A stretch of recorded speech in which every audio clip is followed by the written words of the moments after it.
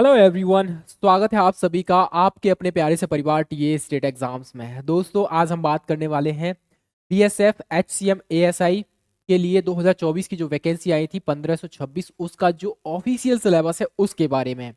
हालांकि जो आपका पीएसटी होने वाला है, यानी फिजिकल स्टैंडर्ड टेस्ट कह लो, या आपका जो फिजिकल होने वाला है उससे रिलेटेड बहुत सारे चैनल ऐसे हैं यूट्यूब पर जो कम से कम जितनी वीडियो नहीं, जितनी मतलब कह सकते हैं वैकेंसी नहीं है, उससे ज्यादा वीडियोस को बना चुके हैं। आपने देखा भी होगा और आप लोग, मैं उम्मीद करता हूं आपने कमेंट्स वगैरह भी किया होगा। बट आपको जो मेन टारगेट है आपका, उस पर कोई भी ध्यान केंद्रित नहीं करेगा, क्योंकि व्यूज उनको वहां से मिल रहे थे कि आप लोगों को जल्दी से जानकारी होनी चाहिए कि भैया फिजिकल डेट कब से स्टार्ट हो रही है। मैं फिजिकल के बारे में कोई स्टेप कह सकते हैं डिस्कस नहीं करने वाला हूं। अगर आप ये जानकर आए हो कि भैया भैया फिजिकल के बारे में बताएगा, तो भैया मैं बिल्कुल भी नहीं बताऊंगा फिजिकल के बारे में। हालांकि अभी 18 मार्च को, सॉरी 18 फरवरी को कह सकते हैं, एक ऑफिशियल नोट वायरल हुआ था सीआईएसएफ का, जिसमें बताया था कि 17 मार्च से लेकर आपके 30 मई तक कभी तक जो आपके फिजिकल हो सकते हैं। और ये बात कहीं ना कहीं सही है, लेकिन ये फिक्स नहीं है कि भैया 17 मार्च से ही आपके फिजिकल स्टार्ट हो जाए। हो सकता है एक दो दिन बाद स्टार्ट हो जाएगा, ठीक है, 25 से स्टार्ट हो जाए, हो सकता है मार्च के लास्ट में स्टार्ट हो जाए, ठीक है। तो मैं वो चीज डिस्कस नहीं कर रहा हूं, मैं डिस्कस करने वाला हूं आपके लिए जो ऑफिशियल सिलेबस है उसके बारे में। अगर आप पहली बार टीए स्टेट एग्जाम्स पर आए हो तो चैनल को जरूर सब्सक्राइब कर लेना, इसी तरह की और भी अपडेट्स आपको टाइम टू टाइम मिलती रहेंगी। बट हमें फोकस करना चाहिए। देखो, एक चीज मैं बता दूं, चुपके से सुन लेना और कानों को ना एकदम कह सकते हैं टकटकी लगा कर देखना, कानों से अच्छे से सुन लेना। इस वैकेंसी में आपका कंपटीशन बहुत कम है, बहुत कम हो गया है। मतलब 1526 वैकेंसी है। मोस्टली चांसेस है कि ये वैकेंसी 2000 के आसपास हो जाएंगी, 2021 या 2200 तक हो सकती है। बट हम मान के चल रहे हैं कि आपकी 1526 वैकेंसी है और लगभग 7.5-8 लाख के आसपास फॉर्म फिल किए गए हैं, जिसमें कि बहुत सारे ऐसे कैंडिडेट्स हैं जो वेरियस फोर्सेस में ऑलरेडी सिलेक्ट हो चुके हैं। तो मतलब कुल मिलाकर यहाँ पर कंपटीशन आपका बहुत बहुत कम हो गया है। ऑलरेडी फॉर्म कम पड़े थे, उसके बाद भी वो जो कैंडिडेट्स और अदर पोस्ट की तैयारी कर रहे थे, अदर एग्जाम्स की तैयारी कर रहे थे, तो उनका सिलेक्शन वहां हो गया है। तो मतलब ये समझ लीजिए यहाँ पर अब आपको टारगेट क्या करना है। आपको टारगेट, जो आपका मेन टारगेट है वो रहना चाहिए। मतलब क्या है यहाँ पर, हालांकि ये इसके बारे में चर्चा नहीं करेंगे, ये ऑफिशियल नोट है, वायरल हो गया था, ठीक है, कि 17 मार्च से लेकर आपका 30 मई तक कहीं कभी भी आपका फिजिकल स्टार्ट हो सकता है। और ये बात कहीं ना कहीं सही भी है, हो भी सकता है यहाँ तक, लेकिन हम इसको अभी इग्नोर करते हैं, ठीक है। हमारा जो मेन काम है उस पर डिस्कस करेंगे। हम बात करेंगे सिलेबस के बारे में। आपको ऐसे कौन कौन से टॉपिक हैं जो आपको पढ़ने हैं, जो आपको छोड़ने हैं। आपको पता है आपके एग्जाम में 5 सेक्शन आएंगे, जिसमें आपका हिंदी और इंग्लिश में से आपको एक चूज करना है, जिसके 20 क्वेश्चन रहेंगे। मैथ्स के आपके 20 क्वेश्चन रहेंगे, रीजनिंग के 20 क्वेश्चन रहेंगे। उसके बाद आप देखोगे कंप्यूटर के 20 क्वेश्चन रहेंगे और रहेंगे क्लैरिकल एप्टीट्यूड के 20 क्वेश्चन। इस तरीके से आपके मतलब 20-20 क्वेश्चन करके 5 सेक्शन के 100 क्वेश्चन रहेंगे। अब देख लीजिए यहाँ पर आपके हिंदी में क्या रहेगा। अगर आप मान लीजिए इंग्लिश को चूज नहीं करते हो एग्जामिनेशन हॉल में, तो आपको हिंदी चूज करनी पड़ेगी। यहां से आपको 20 क्वेश्चंस देखने को मिलेंगे। अब ये जो क्वेश्चंस हैं, यहां पर कौन कौन से टॉपिक से आपको देखने को मिलेंगे ये देख लीजिए।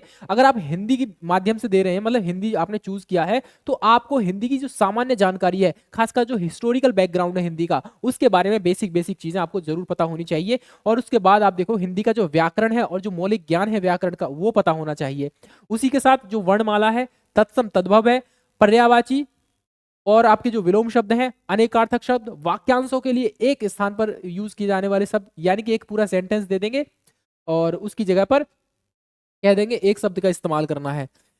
समरूप भिन्नार्थक शब्द, अशुद्ध वाक्यों को शुद्ध करना, यहां से सवाल बनेगा ही, पहले भी बना था आपका सीआरपीएफ में भी कई सवाल बने हैं यहाँ से, एचसीएम वाले में। लिंग वचन कारक सर्वनाम विशेषण, यहां से तो हर बार सवाल बनता है। वाच्य अव्यय उपसर्ग प्रत्यय संधि समास विराम चिन्ह मुहावरे लोकोक्तियां रस छंद, यहाँ से थोड़े से कम बनते हैं। बट यहाँ से ये जो सेक्शन रहेगा आपका, यहाँ से सवाल बनेगा ही बनेगा।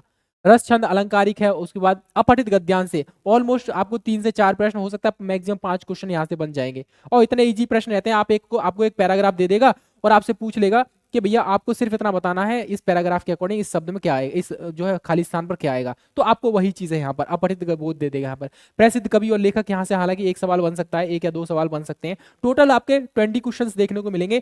20 क्वेश्चंस में से आपको आराम से, मतलब ये सारे टॉपिक्स कवर करके चले जाओगे तो आराम से हर कंडीशन में आपको 18 से 19, 18 मान लीजिए मिनिमम 18 ले आओगे। थोड़ी तैयारी करके आप 16, 17, 18 तक ले आ सकते हो। ठीक है, सिलेबस के अकॉर्डिंग पढ़ना है आपको, जो कुछ पढ़ना है। ये रहा आपका हिंदी का सेक्शन। उसके बाद आप देखोगे अगर जो कैंडिडेट हिंदी चूज नहीं किए एग्जामिनेशन हॉल में, तो आपको फिर उनको इंग्लिश चूज करनी पड़ेगी, जहां से भी आपको 20 क्वेश्चंस देखने को मिलेंगे। This will be include the spot error. अब एरर यहां पर कैसे भी आ सकती है, मोस्टली ग्रामेटिकल एरर रहेगी यहां पर। Fill in the blanks, synonyms, antonyms, spelling detection, misspelled word, idiom phrases and one word substitution, improvement of the sentence, active passive voice, ये सारी चीजें आपको वही है जो आप हिंदी में पढ़ रहे हो हिंदी वाले इंग्लिश में पढ़ लेंगे बस। ठीक है, 20 क्वेश्चन आएंगे आपको, मैं फिर क्लियर कर देता हूँ। 20 क्वेश्चन आएंगे हिंदी और इंग्लिश में से, आपको एक चूज करनी है। ठीक है, दोनों अटेम्प्ट नहीं करनी है, सिर्फ एक चूज करनी है। ठीक है,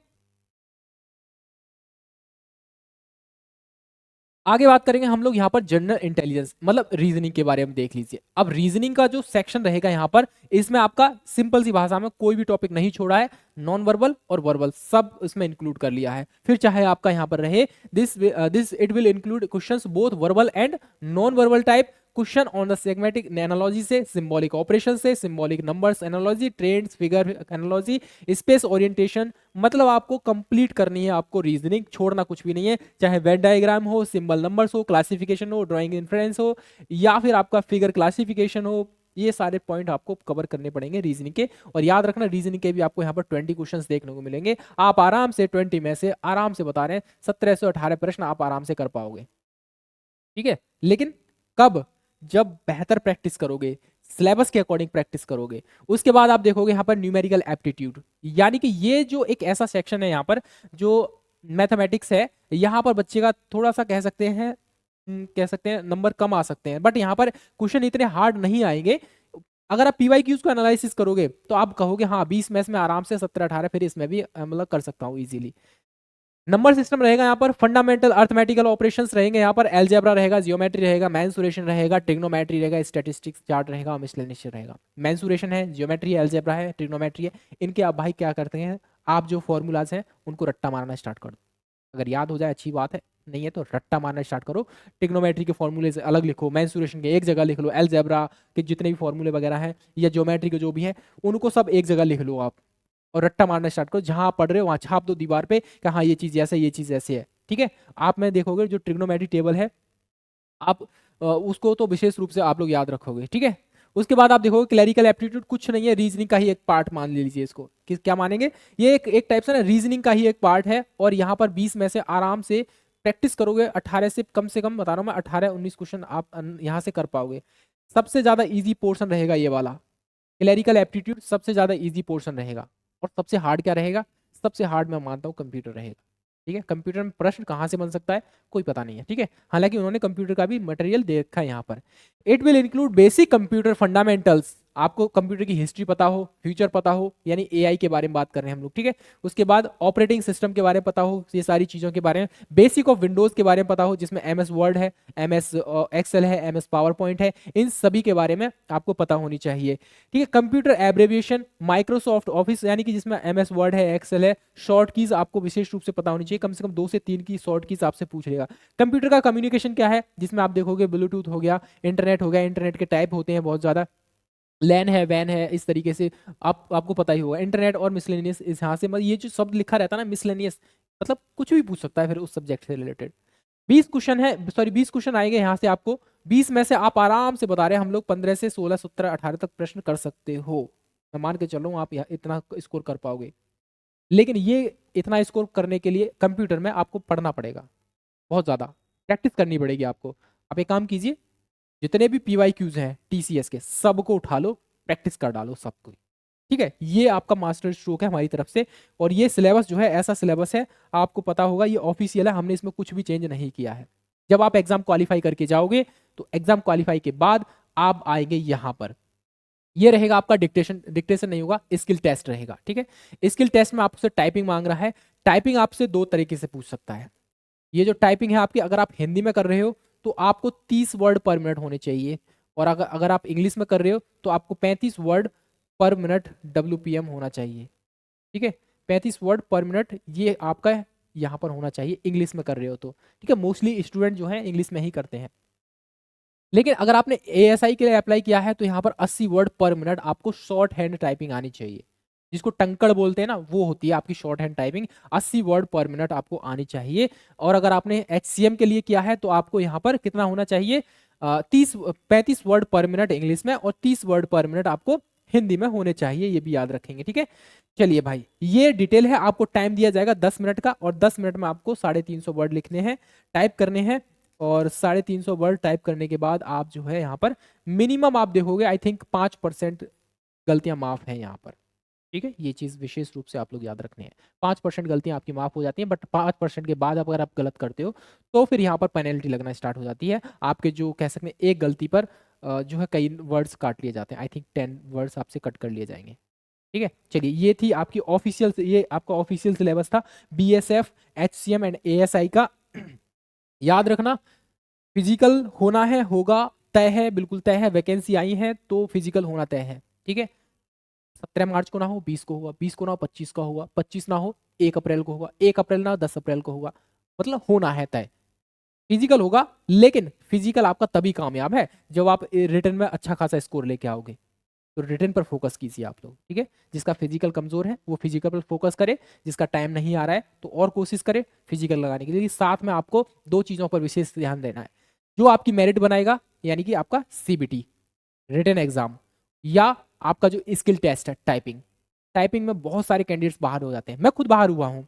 मतलब ये समझ लीजिए, CRPF का SCM का जो हुआ था मेरा, ये हुआ था मेरा चंदौली में लास्ट टाइम, 2024 के स्टार्टिंग की बात है, ठीक है। तो वहां पर मैं क्या हुआ, टाइपिंग में तो मैं क्वालिफाई हो गया था वहां पर, ये तो रहा था ना, ठीक है। मतलब 96 कैंडिडेट से 2 कैंडिडेट क्वालिफाई, 3 ही होते क्वालिफाई, जिसमें मैं भी एक था। लेकिन मैं मेडिकल में आउट हो गया था, ठीक है। तो इस तरीके से मैं अंदाजा लगाइए, 100 में से कभी कभी तो पूरा का पूरा बैच ही खाली हो जाता है टाइपिंग का। और कभी कभी ऐसा होता है 100 में से 2 या 3 या 4, मैक्सिमम मैक्सिमम मैक्सिमम 4 से ज्यादा नहीं आए कभी भी, ठीक है। चलिए, तो ये सेशन था। टाइपिंग पर फोकस करेंगे, रिटन पर फोकस करेंगे, और आपके फिजिकल, ये 3 स्टेप हैं। बाकी काम हो जाएगा, आपको पता है, आप अच्छे से जानते हो। पहली बार आए हो एग्जाम, जो TA स्टेट एग्जाम्स पर, तो चैनल को जरूर सब्सक्राइब कर लेना। इसी तरह की और भी अपडेट्स आपको मिलती रहेंगी। और किसी और एग्जाम का सिलेबस डिस्कस करना है तो आप हमें कह सकते हैं, कमेंट सेक्शन में लिखिए। आपका कोई सवाल है, सुझाव है, तो जरूर कमेंट सेक्शन में लिख दीजिए। मिलेंगे फिर अनदर अपडेट के साथ, तब तक के लिए जय हिंद, जय भारत।